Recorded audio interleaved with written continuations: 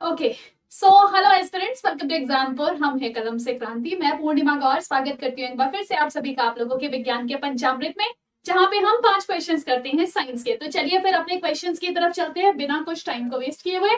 पहला क्वेश्चन आप लोगों से कहता है कि लेजर का पूर्ण रूप क्या है। देखिए, इस प्रकार से जो भी हमारे ऐसे फिजिकल इंस्ट्रूमेंट्स होते हैं जिनका इस्तेमाल हम लोग करते हैं, उनसे रिलेटेड क्वेश्चंस आप लोगों के आते रहते हैं। ठीक है, इनकी फुल फॉर्म्स आती है। जैसे एलईडी का फुल फॉर्म जो है इस बार के एमटीएस के पेपर में पूछा गया था। इससे पहले अगर मैं लेजर की बात करूं तो ये एनटीपीसी सीबीटी 1 में पूछा गया था 2021 में। तो देखिए, इस प्रकार के इजी क्वेश्चंस आते रहते हैं। तो देखिए, आंसर क्या करेंगे आप लोग इसका, फटाफट से करिए आंसर कमेंट सेक्शन में। Lower amplification of system emission and radio activity. नहीं बेटा, रेडियो एक्टिविटी आ गया जैसे ही वहीं खत्म कर दो। यहाँ पे देखो, learning to amplify and stimulate emission of radiation.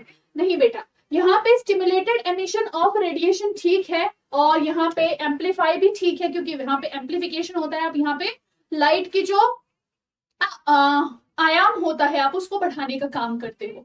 ठीक है, और लर्निंग नहीं है, क्योंकि यहाँ पे हमें लाइट मिलना चाहिए। ठीक है, तो लाइट एम्पलीफिकेशन होना चाहिए यहाँ पे आंसर। नेक्स्ट चीज, अगर हम बात करें light addition to systematic electromagnetic radiation. नहीं बेटा, ये भी गलत हो गया। लास्ट देखिए यहाँ पे, light amplification by stimulated emission of radiation. बिल्कुल सही है कि हमने लाइट को एम्पलीफाई किया है, उसका आवर्धन किया है। कैसे किया है? जब हमने रेडिएशन का स्टिमुलेटेड एमिशन किया है। तो exactly this is the answer. और ध्यान रखिएगा, क्लोज आंसर्स होते हैं, कई बार हम कंफ्यूज हो जाते हैं, तो आपको वहां पे चीजों को थोड़ा सा ध्यान रखना है।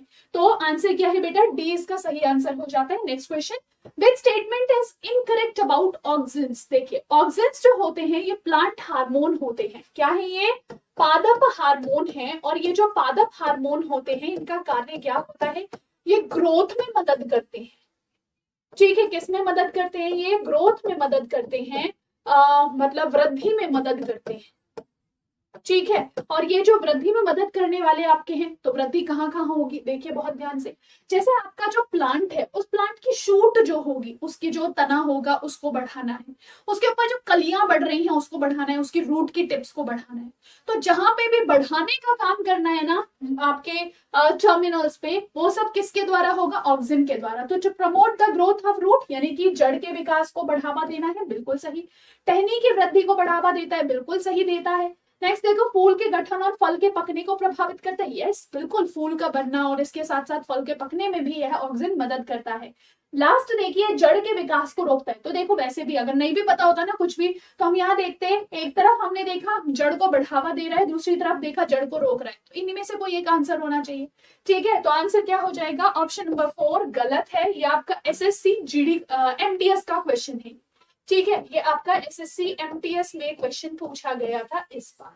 ठीक है, चलिए, तो आई जस्ट होप सो आप इसका आंसर कर पाएंगे अच्छे से कि ऑक्सिन जो है ये वृद्धि हार्मोन होता है, ये ग्रोथ हार्मोन होता है। ठीक है, चलो नीचे कमेंट सेक्शन में बताना, ह्यूमन का ग्रोथ हार्मोन कौन सा है? ह्यूमन ग्रोथ हार्मोन कौन रिलीज करता है?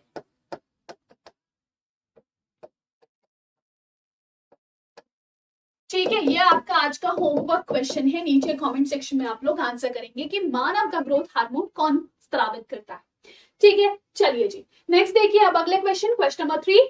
The impression of an image possessed on the retina for about dash of a second. यानी कि जो हमारी आंखों की छवि, आंखों के ऊपर छवि बनी रहती है, वो कितने सेकंड के लिए बनी रहती है? जैसे मान लीजिए मैंने कोई भी चीज एक देखी, तो उसकी जो इमेज है मेरे दिमाग पे कितनी देर के लिए बनी रहेगी? 1/16 ऑफ अ सेकेंड।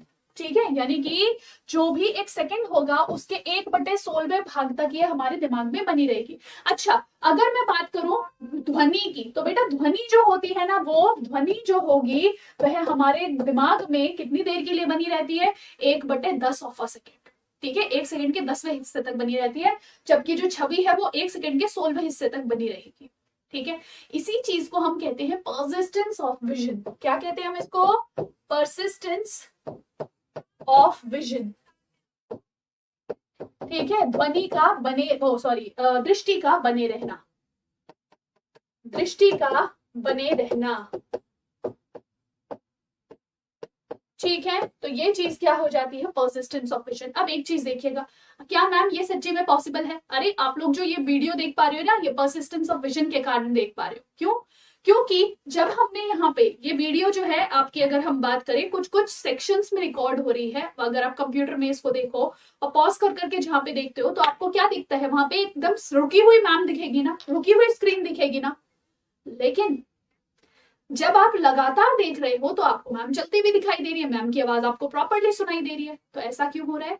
क्योंकि 1/16 सेकंड पूरा होने से पहले ही आपको दूसरी छवि दिखा दी जाती है।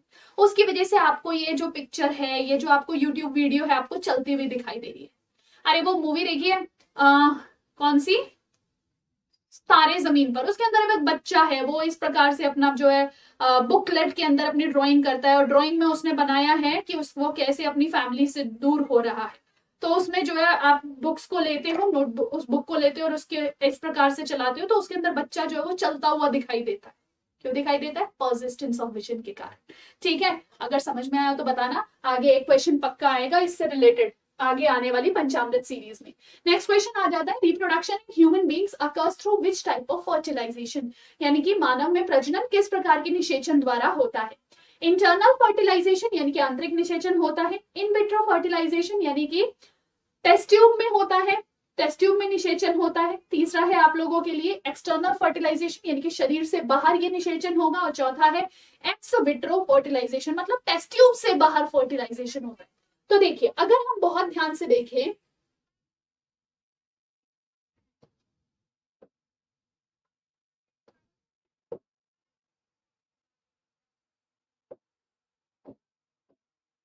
देखिए ये क्या है, ये फीमेल ओवरीज हैं, ठीक है, ये अंडाशय हैं। इस अंडाशय के साथ जुड़े हुए हैं आपके ये फाइब्रिल्स, ठीक है। इनके साथ क्या होगा, यहाँ पे ये भाग है निषेचन नलिका, जिसको आप फैलोपियन ट्यूब कहते हो। और जब भी कोई भी स्पर्म आता है तो वो इस फैलोपियन ट्यूब में अंडे को मिलता है। ओवम से अंडा निकला, यहाँ इसने पकड़ा, पकड़ने के बाद यहाँ से क्या होगा बेटा, यहाँ फर्टिलाइजेशन फैलोपियन ट्यूब में जाएगा और इधर से स्पर्म आएगा, वो इससे फर्टिलाइज हो जाएगा।